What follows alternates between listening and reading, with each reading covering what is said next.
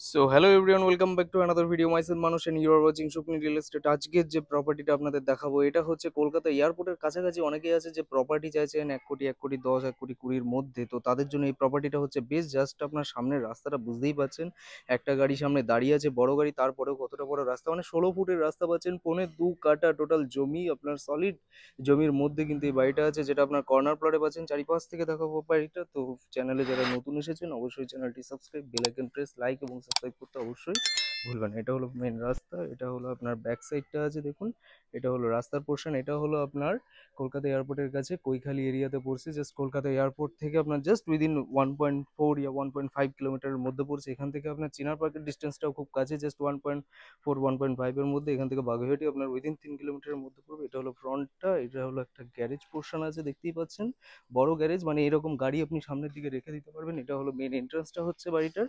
তো এটা চারিপাশ থেকে আপনি ছাড় পাবেন দেখুন, এটা হলো পেছনের দিকে চারিপাশে ছাড়। এটা বিএমসি প্ল্যানে কমপ্লিট আছে টোটাল, যেগুলো যা দরকার পড়ে পেপারস সংক্রান্ত ব্যাপারে সবকিছু আপনি এটাতে পেয়ে যাবেন। এটা হলো এন্ট্রান্স, এর ঠিক পাশে এটাও আরেকটা এন্ট্রান্স আছে, পুরো স্কলারশিপ গেট আছে। এটা হলো মেন ড্রয়িং রুমটা, মানে ভেতরের দিকে দেখতেই পাচ্ছেন পুরো ড্রয়িং হল রুম। নিচ পোর্শনটা টোটাল আপনার কিছুটা কনস্ট্রাকশন করা আছে, তো কম বেশি আপনার 8 থেকে 10 বছর মতো পুরনো আছে। পুরোটা কমপ্লিটলি করা আছে। এটা হলো আপনার ওয়াশরুমটা আছে নিচে, গ্রাউন্ড ফ্লোরের ওয়াশরুম এটা। এটা হলো পুরো আপনার ওয়ালপেপারের কাজ করা আছে, উপরে আপনার লফট আছে, এই জায়গাটা হলো কিচেন পোর্শন আছে। এটা গ্রাউন্ড ফ্লোরের কিচেন আছে, এটা চাইলে আপনি মডিউলার করলে করে নিতে পারবেন এখানটায়।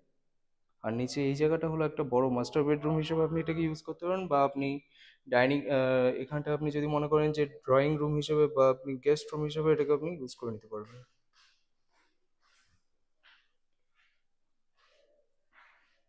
দেখুন এখানে এসির পয়েন্ট ফয়েন্ট সবই করা আছে। এই পোর্শনে চারিপাশ দিয়ে মোটামুটি 2-3 ফুট 4 ফুট করে ছাড় আপনি এখানটা পেয়ে যাবেন। এটা গ্রাউন্ড ফ্লোর হচ্ছে।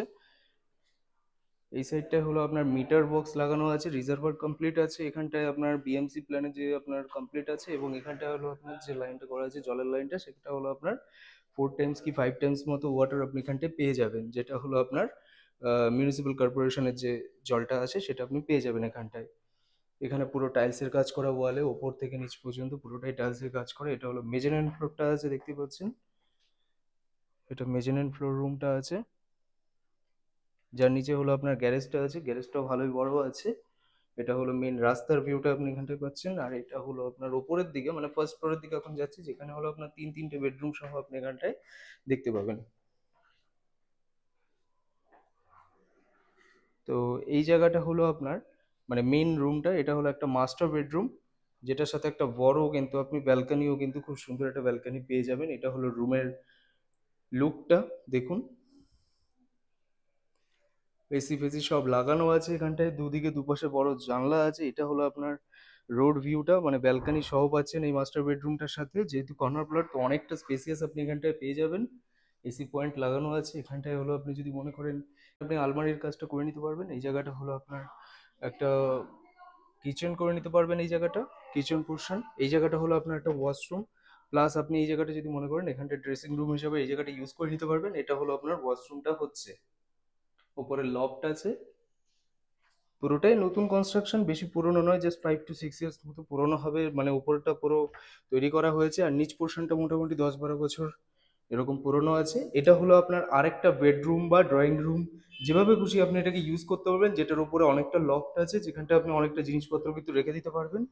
এটা হচ্ছে আপনার সামনের পোর্শনের রাস্তার ভিউটা, বুঝতেই পারছেন অনেকটা বড় রাস্তা। মেন রাস্তার একদম পাশে যদি আপনি কমার্শিয়াল টাইপের ইউজ করতে চান, তো সেটাও আপনি আরামসে আপনি এখানটা করে নিতে পারবেন। এখানটা একটা জানলা করে দেওয়া হয়েছে, এগুলো হলো আপনার জিনিসপত্র রেখে রেখে দিলে রেখে দিতে চাইছেন। আর এটা হলো আপনার কমন টয়লেট হচ্ছে।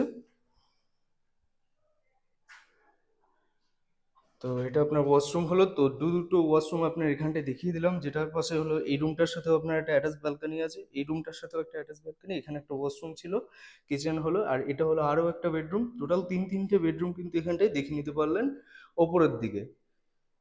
এটা হচ্ছে আপনার আরেকটা রুমের ভিউ, যেটার সাথে আপনার দুদিকে দুটো জানলা করা হয়েছে। এটা একটা জানলা, আর এটা হলো আরেকটা জানলা, যেটার সাথে হলো একটা ব্যালকনিও পেয়ে যাচ্ছেন, যেটা রোড ভিউ আছে। টোটাল বাড়িটা কিন্তু আপনার 2.25 কাঠা টোটাল জমি আপনি পুরো এখানটায় পেয়ে যাচ্ছেন, যার দুতলাতে আমি এখন এই মুহূর্তে আছি, যার গ্রাউন্ড ফ্লোরে আপনি একটা বড় রুম, একটা গ্যারেজ, একটা বড় ডাইনিং হল, উপরের দিকে 3-3টে রুম, 2টো ওয়াশরুম, খুব সুন্দর কারুকার্য করে সবকিছু কিন্তু আপনি পেয়ে যাচ্ছেন। এবার উপরের দিক থেকে দেখাচ্ছি এরিয়াটা। উপরের দিকে আপনি একটা ঠাকুর ঘর পেয়ে যাবেন।